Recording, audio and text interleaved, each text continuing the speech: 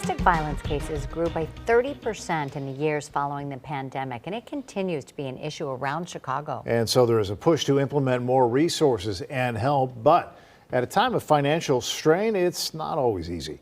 Tonight, WGN Investigates Lourdes Duarte looks at one change that appears to be working.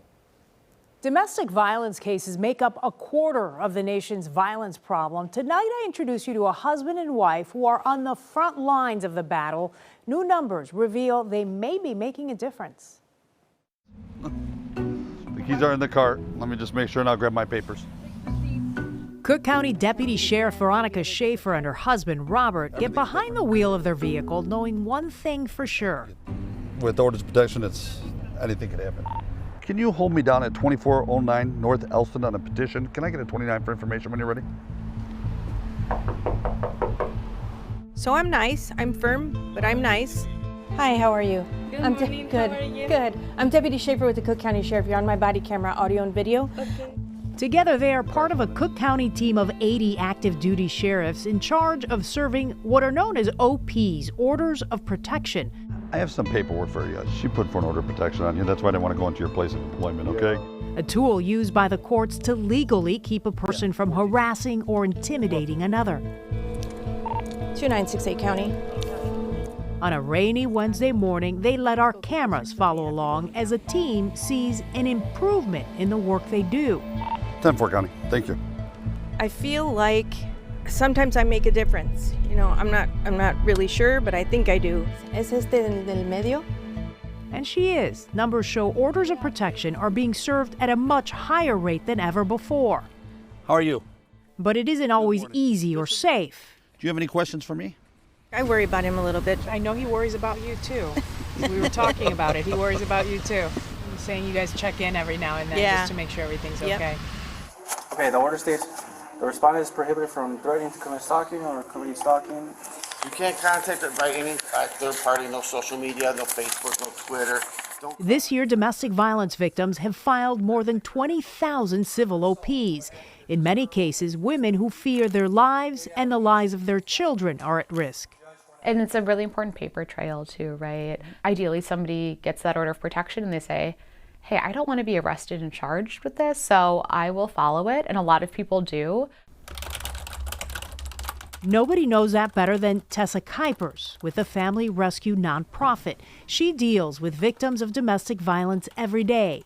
People might be approaching because they've gone through years of emotional and financial abuse, or they're experiencing really severe physical violence. That can look like strangulation, it can look like shooting. Since the pandemic, her office and others have pushed for better outcomes. They argue orders of protection needed to be served at a higher rate and a lot faster in order to have an impact. We'd love it to be 100%. It's just we're struggling to find another method that we're not trying right now. It matters because the faster someone is served, meaning the order of protection is in the accused individual's hands, the faster survivors are likely to escape potentially violent situations. So once these are served, I call the petitioner. I say, hey, just so you know, the order was served. If he does come around, call 911. WGN Investigates obtained data that shows in 2024, the sheriff added better intelligence to track down individuals and a computer application that connected the OP addresses to the closest deputies. This person filed for a stalking no contact order. They've seen a 22% improvement in OPs that are served, but the number that may be making an even bigger difference is this. Before 2024, deputies attempted to serve 3% of orders on the same day they were filed. That's now up to 75%.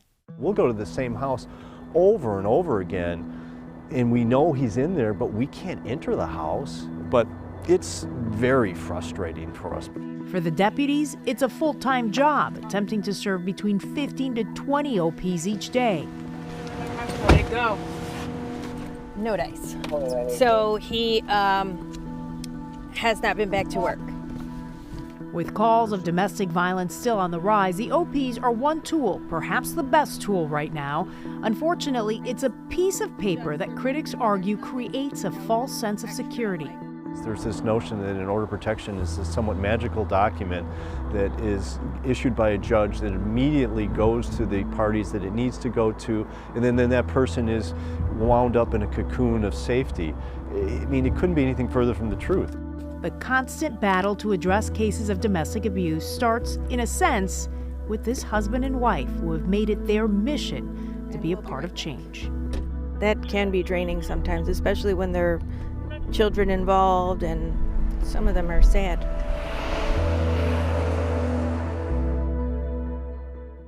And the last time a study was done on this issue, about 10% of orders were violated by the accused. If you or someone you know is experiencing any type of domestic abuse, reach out for help. The domestic violence hotline number is 800-799-7233. Help is available in Spanish 24 hours a day, 7 days a week. I'm Lourdes Duarte, WGN Investigates.